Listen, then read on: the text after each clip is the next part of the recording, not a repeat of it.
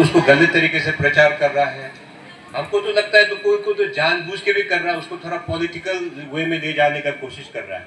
जो आफ्रा एक्ट में जो है, खास करके इसमें कोई किसी रिलीजन का अगेंस्ट कुछ नहीं बोला है। इसमें हर रिलीजन को बराबर लेवल प्लेइंग फील्ड दिया हुआ है।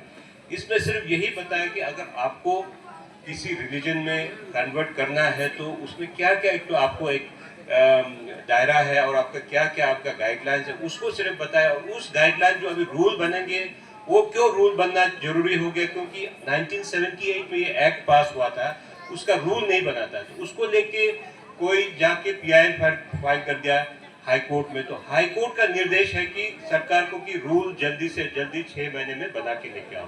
तो सरकार का इतना बड़प्पन है कि वो सारा CBO, सारा रिलीजियस ग्रुप सबको इनवाइट किया है कि जब हम रूल फ्रेम करेंगे तब लोगों का, हर किसी का राय लेकर ऐसा रूल बनाएंगे कि कोई किसी रिलीजन के अगेंस्ट में कोई प्रेजुडिस ना हो, कोई रिलीजन या कोई फेथ के अगेंस्ट में कोई गलत तरीके से उसको ये ना करे, मतलब उस पर रूल्स में कोई ऐसा गाइडलाइंस ना आ जाए। इसके लिए तो हमको समझना पड़ेगा कि जब आपका क्रिश्चियन भाई बहन है या बुद्धिस्ट है या आपका धोनी पोलो है, आपका कोई हिंदू है, मुस्लिम है, कोई भी है, सारे लोगों के साथ बैठ के सलाह मशवरा करके रूल बनेगा।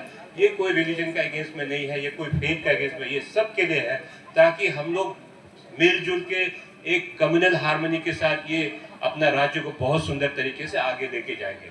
तो इसको आप लोग बहुत ध्यान से सुनना चाहिए। कोई आपको गलत बात बता रहा है तो आप उसका बहकावे में नहीं जाना चाहिए, क्योंकि हमारा राज्य इतना पीसफुल राज्य है। ये छोटा सा रिलीजन के बाद तो इसको गलत तरीके से पेश करके आप उसको गलत तरीके से समझ लोगे तो उसको फिर दोबारा आप लोगों तक समझाने के लिए मुश्किल होगा। और सोसाइटी में कुछ ऐसे लोग भी होता है जो जान के भी अनजान बनता है, तो उसके लिए कोई इलाज नहीं है। जैसे लोग बोलते हैं ना, जो सो रहा है उसको जगाने के लिए आसान होता है, लेकिन जो सोने का जो वो कर रहा है, प्रिटेंड कर रहा है, जो सोने का जो एक्टिंग करता है, उसको आप कभी भी चाह के जगा नहीं पाएगा। तो there are certain kind of people in the society who just pretend to sleep but they are not sleeping. तो उसको हम छूना नहीं है, उसको अपने आप साइडलाइन कर देना है। We should go with the like minded people. हम सब मिलके एक साथ अपना सोसाइटी को संवारना है।